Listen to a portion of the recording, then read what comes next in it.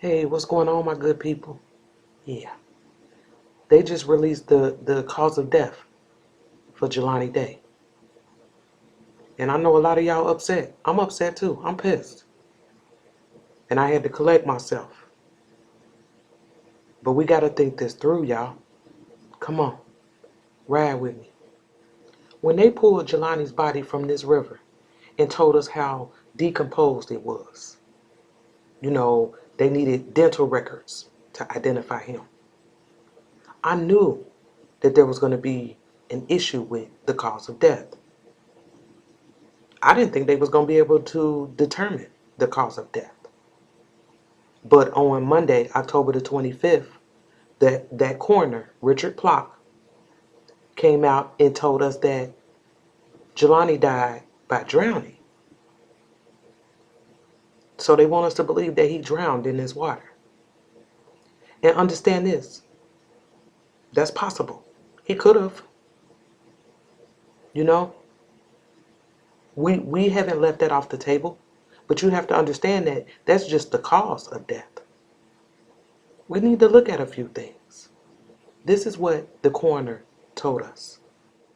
Richard Plock told us that he found no evidence of any pre-death injury, such as manual strangulation, assault, altercation, sharp, blunt, or gunshot injury, infection, tumor, natural disease, congenital abnormality, or significant drug intoxication.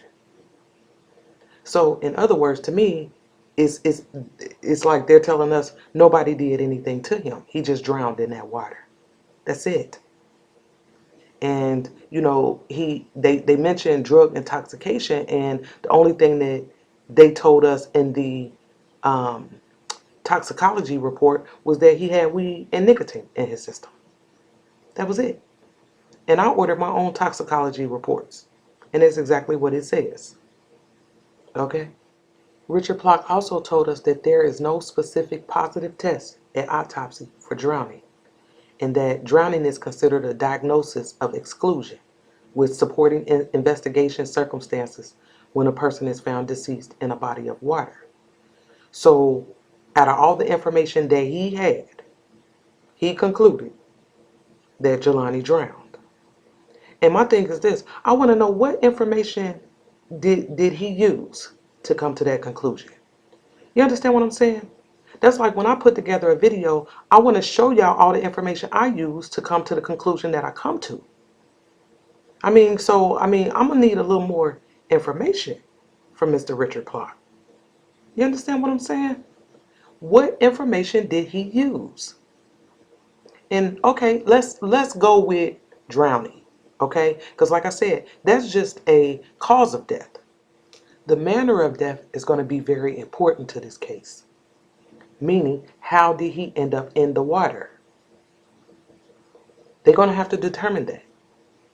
Okay? And one of the things that made me feel kind of good about the situation was the fact that the FBI is still involved in this. And it's like, what that's telling me is this is just not a drowning. I really don't believe that. I don't. I know y'all pissed about this. I'm pissed too. But one of the things that I keep coming back to is the whole situation surrounding the car. So I don't think it's over yet. We still riding, y'all. To me, it's unusual the way his vehicle was. You know, it was off of a parking lot inside. It wasn't like deep into a woods, but it was off a parking lot. That's unusual, just in itself. So to answer the question, that itself was unusual. Any specific information that we have, there's not much I can release at this point. Yeah. From the very start of this case, when they found Jelani's car on August the 26th, that Thursday, 2 days after he went missing, all they talked about was how unusual it was.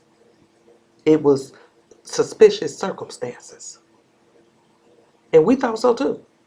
Because how the hell did his car end up an hour away and he's found in the river like 2, 3 miles away from where his car was? And I'm one who believes that his car at some point was at that river. Because I believe that he was with his car his body was dumped, and then the car was left in this area right here. I believe that that's the order, okay? On August 26th, Jelani's vehicle was located in Peru, Illinois.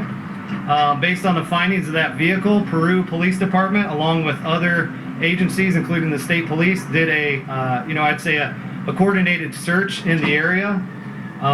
We collected a lot of evidence from the vehicle, and we were using a lot of that, evidence to go through digital data. Sorry. Now, I know some of y'all ain't believing nothing come out his mouth. But the fact of the matter is, he came out and told the public that they collected a lot of evidence from that car.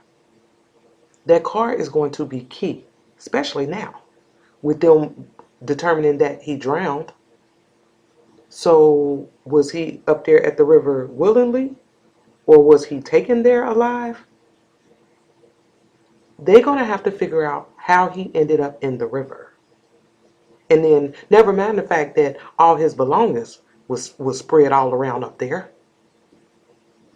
I mean, so do they want us to think that he did that too? No. Mm-mm. Let's talk about the fact that when he pulled out of that weed dispensary, the plates was on the car then, but when they found the car, the plates were gone. And I know we got some criminal-minded people watching this video. Why do y'all think the plates would be missing?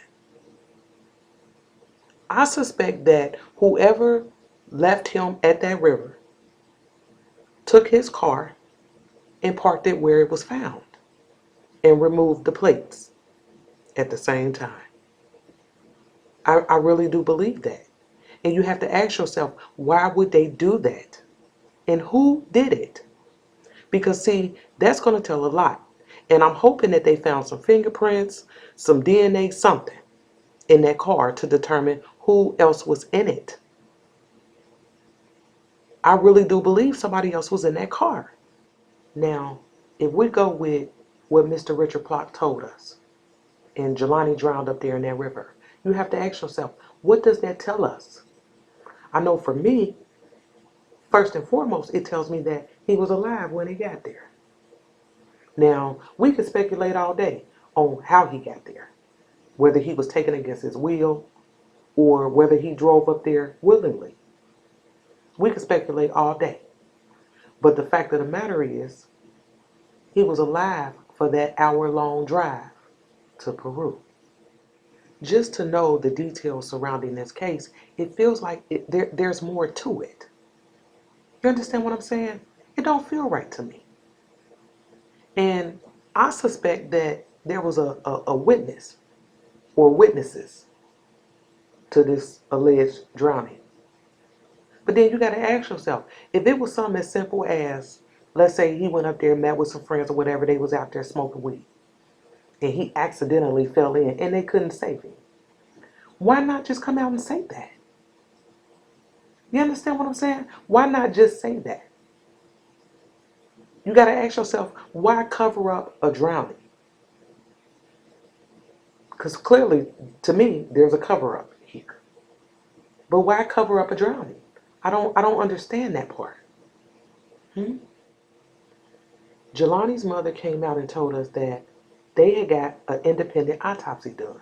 So at this point, there's 2 autopsies out there. She came out and told us that there were contradicting facts from the first preliminary autopsy compared to the second independent autopsy.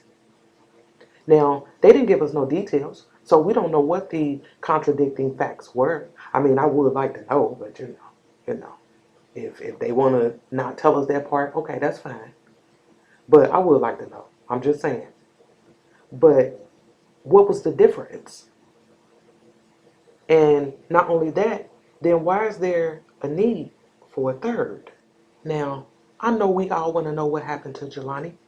We all want to know that. And like I said before, we don't know who we can trust. Can we trust this investigation? And most importantly, can we trust the conclusion that Richard Plot has come to, that Jelani drowned in that river? They need to understand that we are watching them. know that. Say we want answers. Somebody say justice for Jelani. So make the news, nigga, and watch what happens. If you make it over here on this channel, nigga, we on your ass. Okay.